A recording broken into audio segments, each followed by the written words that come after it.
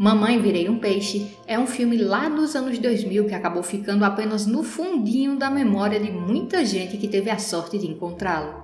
E como a boa animação que é, nada mais justo do que trazer essas boas memórias de volta, relembrando essa joia que, apesar de esquecida, tem temas muito interessantes. Esse tema foi uma maravilhosa sugestão de Aquela Coelha Chamada My Melody, Lobo Solitário e Laís Fabiane Albuquerque.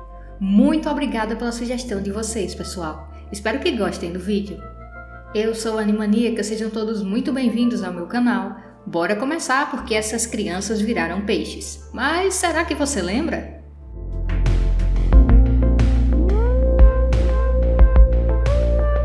No filme, conhecemos Fly, um menino que não está nada satisfeito com a visita de seu primo Chuck e sua tia Anna, que estava ali para ficar de olho nele e em sua irmãzinha Stella, enquanto seus pais saíam para uma noite juntos.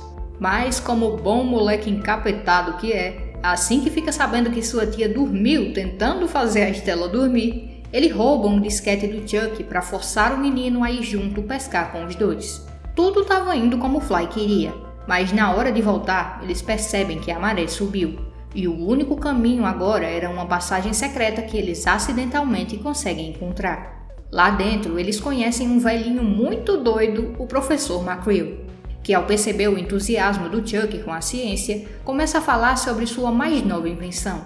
O professor explica que, com o derretimento das calotas polares devido ao aquecimento do planeta, muitas áreas serão inundadas e ele finalmente havia encontrado uma solução para esse problema do futuro. Cantando para lembrar dos ingredientes de sua poção, o professor diz que ele dará aos humanos a capacidade de sobreviver na água. Mas quando estava prestes a demonstrar o efeito de sua poção, deixando inclusive os meninos gravarem o que aconteceria ali, ele acaba lembrando que não mostrou onde o antídoto estava, e é aí que o problema começa. Enquanto os três estavam distraídos pegando o antídoto, a Stella, que reclamava de sede desde que chegou ali, encontra a poção e acaba bebendo, pois pensava que era uma limonada. Assim, finalmente vemos o que a tal poção é capaz de fazer. Stella se transforma numa estrela do mar, e tudo acaba sendo filmado. Só então o Fly a encontra no chão, mas achando que é apenas um peixe comum, ele se prepara para arremessá-la na água. No mesmo momento, o Chuck checa a câmera e tenta avisar ao Fly, mas é tarde demais. Stella é arremessada no mar e os três partem em desespero para tentar recuperá-la. Mas o mar estava muito agitado, e vendo que não teria jeito, Fly bebe a poção na esperança de encontrar sua irmãzinha, ignorando inclusive o alerta do professor, que diz que se ele não beber o antídoto dentro de 48 horas, jamais deixaria de ser um peixe. Chuck também acaba sendo forçado a beber a poção, já que o barco em que estavam acaba afundando e como ele não sabia nadar, a poção era sua única saída. Os três agora tinham 48 horas para se reunirem e voltarem ao laboratório pelo antídoto. Felizmente, o Fly logo encontra sua irmãzinha, e o Chuck consegue alcançar os dois e informar sobre o suposto afogamento do professor, fazendo todos pensarem que precisariam encontrar o antídoto e voltar por eles mesmos. Mas alguém encontra o frasco primeiro, um peixe chamado Joe, que entra em contato com uma quantidade significativa do antídoto, dando a ele muita inteligência, e as crianças logo ouviriam falar sobre ele. Joe e sua poção mágica já era famoso entre as criaturas marinhas que ele aprimorou com o antídoto, e quando ficam sabendo onde ele estaria, as crianças dão um jeito de se infiltrar no lugar para tentar convencê-lo a entregar a poção. Só que como Joe já era bastante inteligente, logo ele percebe que aqueles três são diferentes. As crianças então são presas e Joe diz que eles ficarão ali até falarem sobre como fazer mais daquela substância. Só que o Joe cometeu um erro que lhe custaria caro. Para se manter como soberano, ele não deixou seus capangas muito inteligentes, então ficou fácil para as crianças ludibriarem todos para fugir dali. A fuga foi um sucesso, mas as crianças ainda tinham um problema. Eles não conseguiram recuperar o antídoto. Felizmente, o Fly lembra da canção que o professor usou para lembrar dos ingredientes, e com isso, mesmo com o pessimismo do Chuck, eles começam a reunir tudo o que precisava para fazer o antídoto. Enquanto isso, na superfície, os pais das crianças já procuram por eles e acabam esbarrando no professor, que mostra as provas do que aconteceu, e assim eles partem em busca das crianças. e elas de fato conseguem completar a poção, mas infelizmente o Joe e seus capangas os alcançam. Fly luta para manter o antídoto, tanto que acaba sendo ferido e toda uma briga entre os vilões começa a se desenrolar porque todos querem comandar. Mas para a sorte das crianças, o método de busca do professor acaba interferindo ali e eles podem pensar no que fazer. Pela primeira vez o Fly desiste, mas felizmente ele já tinha feito o Chuck enxergar a importância de seguir em frente, e por isso o antes pessimista Chuck toma a frente e bola um plano para que eles voltassem ao laboratório pelos canos que existiam ali por perto. Tudo vai bem, eles chegam até o local, mas ainda tinha um problema. O Joey. Ele seguiu as crianças e ia levar o antídoto embora, mas acaba sendo vencido por seu orgulho. Fly começa a questioná-lo com coisas difíceis de responder e explicar, e para conseguir responder, ele bebe cada vez mais antídoto, aumentando assim a sua inteligência, mas também a sua humanidade. Joey bebe até se tornar parcialmente humano e assim acaba se afogando por já não ser capaz de permanecer na água. Com esse último feito, as crianças finalmente conseguem voltar ao normal e se reúnem com seus pais. O filme se encerra mostrando que agora eles estão muito mais unidos e dividem o seu tempo, inclusive, com o professor.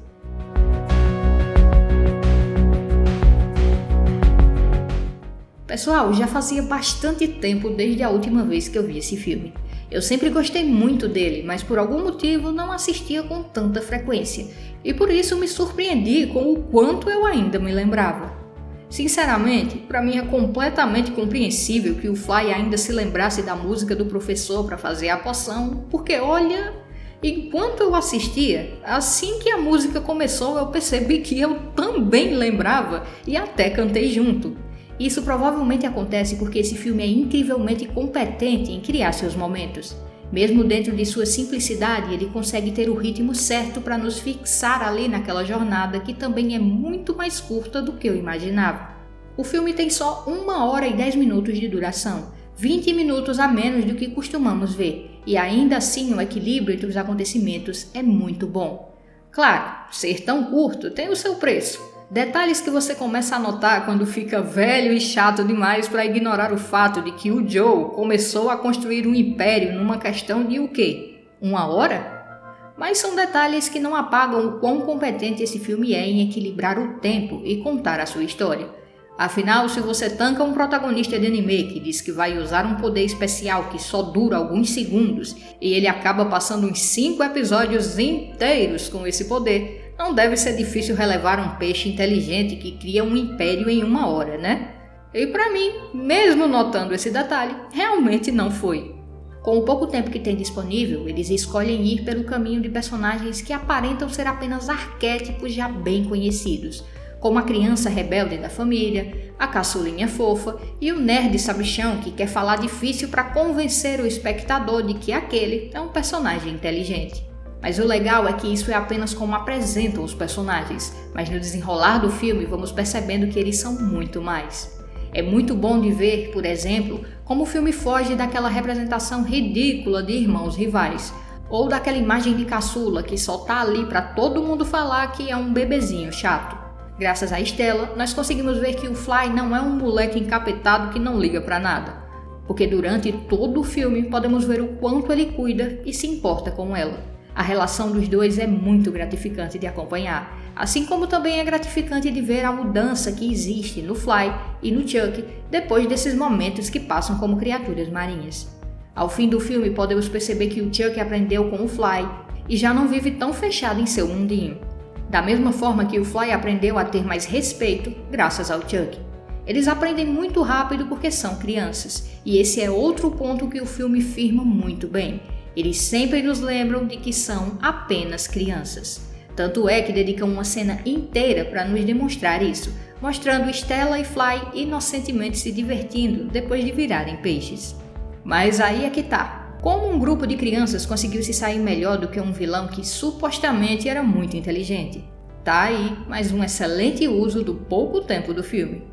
Como disse no resumo, o Joey cometeu o erro de sempre manter os seus capangas com muito menos conhecimento, e por isso as crianças tiraram tudo de letra. Porque como todo mundo sabe, criança de boba não tem nada, E além de não subestimar as crianças, esse caminho permite que a narrativa se desenvolva mais rapidamente, além de nos levar para o tema que mais gosto nesse filme. Afinal, é fascinante como essa animação aqui discursa sobre a inteligência. Quando Joe e seu companheiro de viagem, o tubarão, têm seu primeiro contato com o antídoto, a primeira coisa que o Joe faz é se apossar daquela fonte de poder ali. Ele compartilha com os outros, mas apenas a quantidade que ele quer. Afinal, ele sempre quer estar no comando, ele se sente superior, ele quer ser venerado. Então, desde o início, o filme já nos mostra como Joe será derrotado. Essa necessidade de ser o melhor, de comandar, tudo isso abre brechas nos planos do Joe. Não só nos dele, mas também nos de todos aqueles que repetem esse comportamento, mostrando mais uma vez o quanto o egocentrismo não leva ninguém a lugar algum. O Joe é um personagem muito importante porque ele deixa claro que nada adianta ter toda a inteligência do mundo disponível na palma da mão, pois mesmo com tanto poder, se as ações forem guiadas pelo ego, nem mesmo toda a inteligência do mundo será capaz de ocultar a estupidez.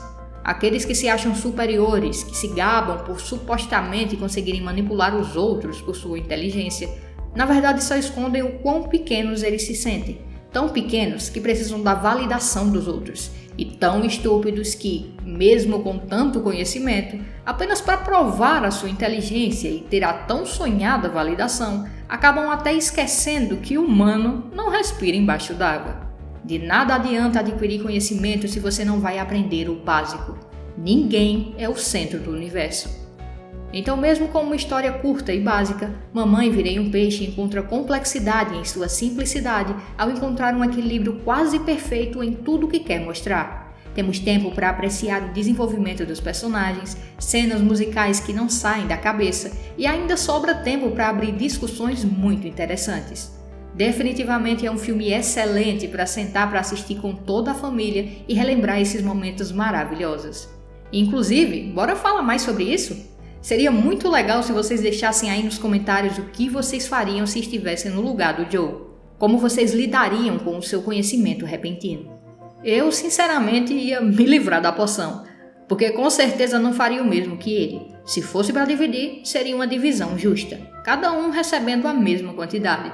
Mas como não dá para saber o caráter de todos que vão receber isso, acharia muito perigoso distribuir. Então a minha solução seria destruir a poção ou, se encontrasse as crianças antes, entregaria para elas e ia ver como ia seguir minha vida. Mas e vocês aí? O que fariam? Vou estar esperando as respostas daqueles que quiserem participar. E por hoje isso é tudo, pessoal. Se ficou até aqui, gostou, mas ainda não está inscrito, me ajuda aí, se inscreve e compartilha com quem você acha que também vai gostar. E se quiser saber quais animações vão passar por aqui e saber certinho quando o vídeo novo chegou, me segue lá no i. Muito obrigada pela atenção até aqui. Por hoje é só, mas toda semana eu volto para falar mais sobre animação, então até lá!